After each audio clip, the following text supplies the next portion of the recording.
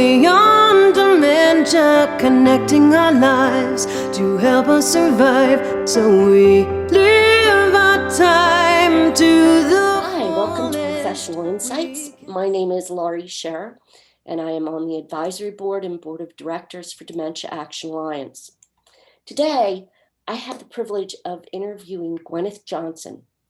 Gwyneth is a registered dietitian who turned her passion for physiology into a passion for joyful and healthy living. She has more than 20 years in the field and will continue as long as she is needed. After her first hip replacement, she started learning Tai Chi. After finding it a marvelous rehabilitation treatment, she went on to become an instructor. Gwyneth, welcome, and thank you so much for joining us today. Well, thank you. It is such a pleasure to be here with you and to talk about Tai Chi. We're excited about this. This is going to be fun. What is Tai Chi? Can you explain it? Absolutely. That is a wonderful question. Tai Chi, believe it or not, is actually a martial art. Just like you would consider karate or kung fu or any of those, it is based on the same types of movements. They are just very slow and sustained rather than syncopated movements. And technically, it's not used in combat, but it is used for strength, flexibility, and balance, which are all important to those things, as well as everyday life. It's a practice that has been going on for thousands of years and is one that today is practiced across the world for strength, balance, and improved quality of life. Wow. Okay. If I don't really need more strength. Well, maybe I do, but balance is really important. People living with dementia often have problems with balance.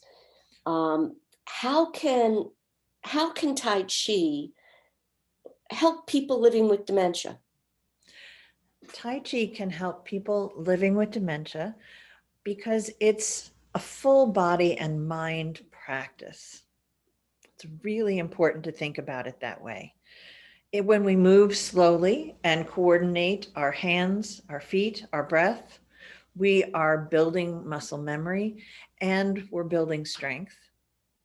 As we take those steps and coordinate the shifting of weight from one foot to another, we train our bodies to always do that shift rather than jumping up and stepping on one foot and losing your balance.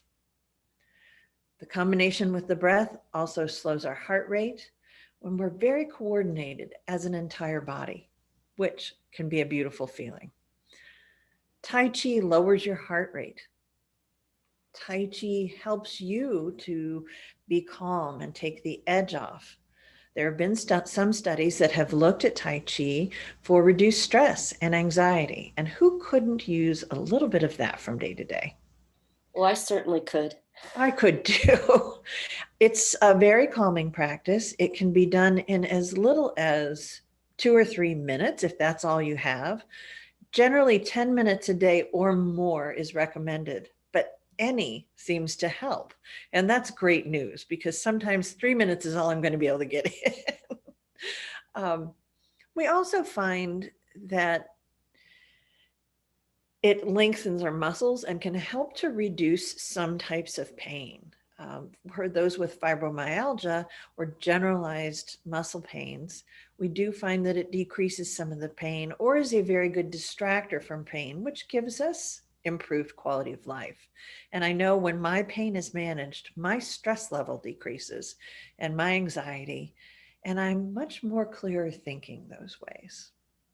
Now, there is some evidence, although it is yet very small, that a regular practice of Tai Chi can actually help with a more relaxed feeling when making decisions, planning, and problem solving. So that would be a nice benefit if they can prove that. I know I feel a little more balanced in my thinking when I come out of a Tai Chi practice and I'm making decisions from a calm person. So I find those to be major benefits. And preventing falls is always important. Yeah, it is. Well, I'm getting excited now. I've never done Tai Chi. So Okay. do you think you'd be able to show us a few things? Like, give us Yes, the basics. I would love to. We're going to see primarily my upper body, but this is a good place to start. Let me move this chair. Nope, we'll move it over here. All right, when we're practicing Tai Chi, you can see I'm bending now. My knees are softly bent, not too much, so you can still see your toes. You don't want to be so out there that you're going to hurt your knees. So just softly bent, not locked out. And my arms are a nice circle. At no time during Tai Chi would we be like this, that big angle. Everything is soft. So my hands are soft. Even the placements of my fingers are soft. There's very little tension in my body. As I inhale, I'm going to bring my arms up. As I exhale, I'm going to turn the hands and down. Let's just try an inhale again together. Inhale up. Now you notice my arms don't get above my shoulders, so I'm still not putting any joint in an awkward position or a tight position. Exhale, let it come down. That soft arm, soft limb, and soft joint aspect of Tai Chi is one of the harder things for people to learn because we want to do this and this, and we need to be very soft. So even when we do a raise,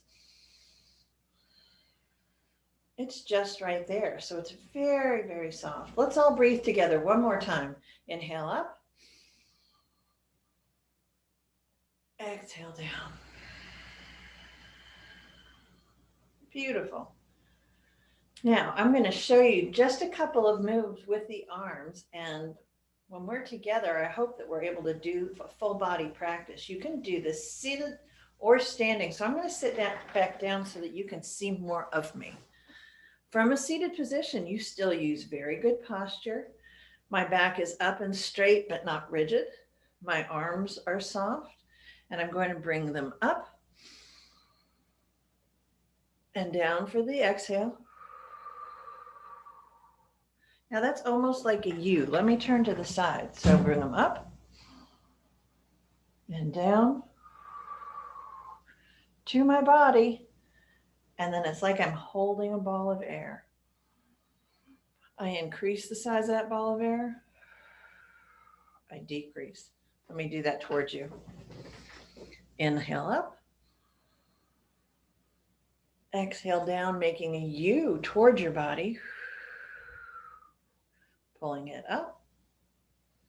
I have my beach ball. Inhale.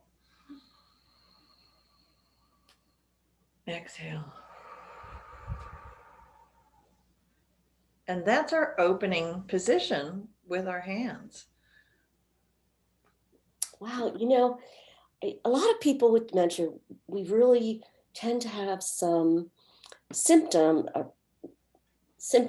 of anxiety and anger that we often can't control. Now, generally they're brought on by something, but one tiny little thing can really set us on the edge. And I can see where if I'm starting to feel anxiety, I'm starting to feel anxious, I can see where those motions would tend to help a lot. I would think. It seems that to me. I mean, I have my general stress ball, Mm-hmm. but in addition to that, to learn how to appropriately breathe and just that Yeah. soft reflex seems like it would be just really very beneficial. It makes a difference. Breathing into your belly too. You know, we spend a lot of time in this country walking around sucking our stomachs in. And if you just, yeah, and we're like this. So softly inhale and put your hands across your abdomen. Inhale and feel your abdomen come out. There's no pressure. Nobody's going to look at your belly. We want a soft belly. Inhale in, your belly comes back in and actually helps to push oxygen up and out of your lungs. Well, I can't wait for our dementia discussion when we actually get to spend more time together. I'm very excited about that as well. I am. Gwyneth, I want to really thank you for being here and for this recording and for taking your time. I think this is definitely something that's going to be beneficial to many of us. For our listening audience, I want to thank you for joining our professional insights. If you like this video, please think about subscribing to our YouTube channel so you don't miss any of the new up and coming videos. Thank you to all our participants. Again, this is Gwenyth Johnson and I'm Laurie Scherrer. I hope you have a fabulous day. So we live our life to the fullest